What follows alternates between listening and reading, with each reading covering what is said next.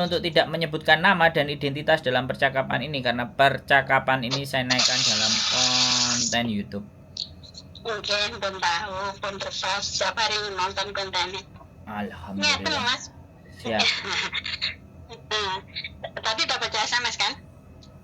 Bisa nggak proses? Kira-kira sampean ulangi lagi. Ya aku bingung iki HP ini tak walik soalnya.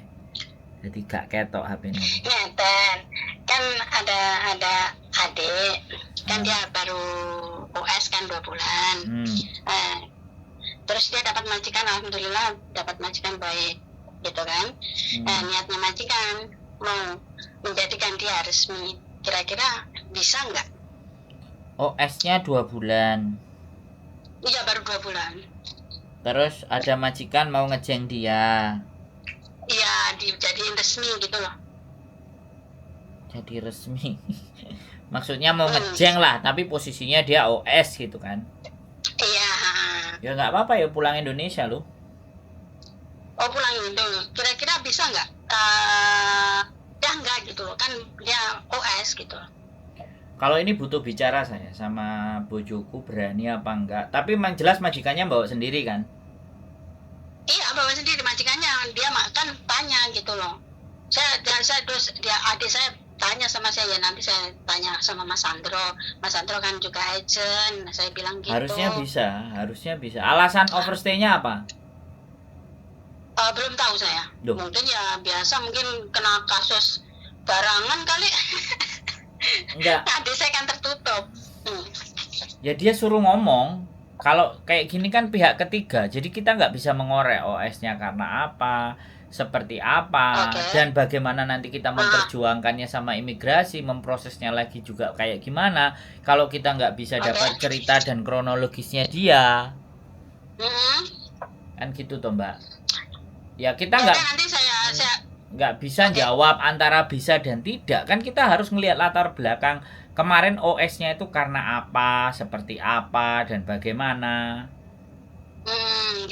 Ya kan? Ya nanti saya suruh telepon sendiri ke Mas Sandro ya. Nah, dan kasih tahu. Ini saya lagi masak. Dan kasih tahu dia masuk ke konten YouTube saya ya, kalau nelpon saya. Oke. Nah, kasih tahu dia. Udah siap ya. Oke. Terima kasih Mas. Oke, sehat selalu. Bye-bye. Assalamualaikum.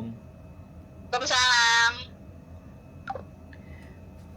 Oke teman-teman, jadi SMS-nya adalah selamat malam Mas Andrew. Selamat siang. Ada teman OS 2 bulan. Terus ada majikan yang mau mengubah status OS ke resmi, bisa nggak ya? Nah ini mengubah itu kan bingung, ngejeng. Jadi majikannya ada majikan yang mau ngejeng supaya dia jadi CC-nya. Jadi kayak gitu ya teman-teman. Jadi ini sekali lagi saya pernah memproses anak yang hampir overstay, yang sudah overstay, bukan hampir, sudah overstay kisaran 4 hari kalau nggak 2 hari ya, 2 hari overstay ya kan. Kemudian kita bawa ke imigrasi, lapor dulu bahwa kita overstay begini, tapi ini ada majikan yang mau. Nah ketika ada majikan yang mau ya otomatis artinya ya sudah diproseskan sama agennya. Agennya kan nggak ngerti anak ini OS apa-apa. Agennya ini kan hanya bantu dia untuk memproses antara majikan dan CC. Jadi seperti itu.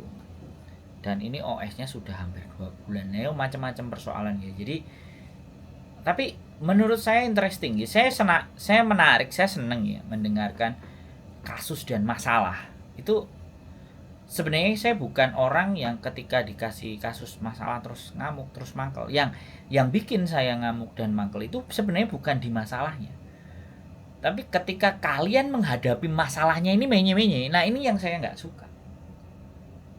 Kalian yang tertimpa masalah, harusnya kan kalian yang menghadapi. Saya ini ikut bantu mikir.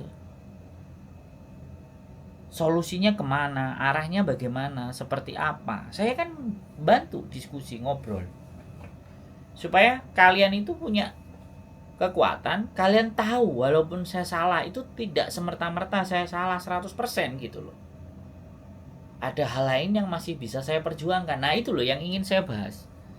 Kok kayak jadi pengacara ya. Terus jelas-jelas salah cik ngeyel ngeles supaya hukumannya jauh lebih ringan. Nah lebih pasnya itu dibilang kayak gitu loh. Nah yang menjadi saya males ketika bercerita solusi dan masalah. Lah yang bertanya ini logikanya nggak nyampe, masih takut, masih khawatir nanti kejadian gini dan gini dan gitu. Artinya kan masalah itu tidak benar-benar terprediksi dengan kalian. Dalam mengambil sebuah putusan kemarin dalam melakukan sesuatu itu tidak dipikir berulang lagi supaya tidak terjadi persoalan dan masalah. Mungkin jawabannya ya saya kan nggak menyadari itu besti. Nah makanya kita harus belajar. Tidak ada di muka bumi ini orang yang tiba-tiba baik. Anggap aja gitu.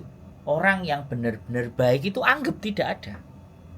Sisakan di dalam benak kita itu 10% negatif thinkingnya. Ingat ya saya ngomong 10%.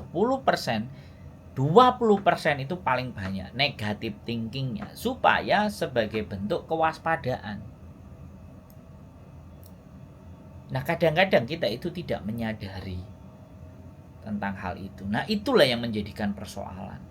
Di saat kita itu tidak sadar masalah itu muncul. Makanya untuk menjadikan sadar sepenuhnya mindfulness, menyadari kondisi dan keadaan kita itu nggak semua orang bisa. Jadi pertanyaan mendasar seorang filosofi itu siapa Anda? Untuk apa Anda diciptakan di muka bumi? Untuk apa? Atau mau apa Anda diciptakan di muka bumi? Dan kemana? Ya kan? Setelah kehidupan kalian itu kalian mau ngapain? Ngapain setelahnya? 3 pertanyaan mendasar.